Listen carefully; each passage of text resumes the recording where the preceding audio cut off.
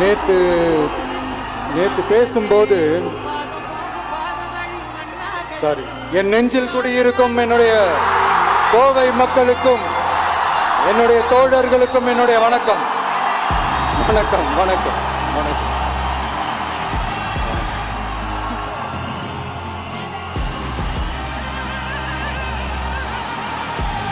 நேற்று பேசும்போது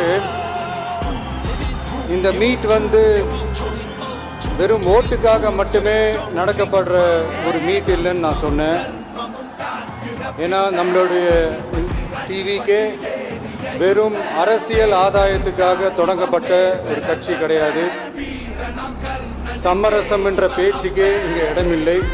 but at the same time இதனால் மக்களுக்கு ஒரு நல்லது நடக்குது அப்படின்னா எந்த ஒரு எக்ஸ்ட்ரீமுக்கும் போய் அதை செய்கிறதுக்கு நாங்கள் தயங்க மாட்டோம்.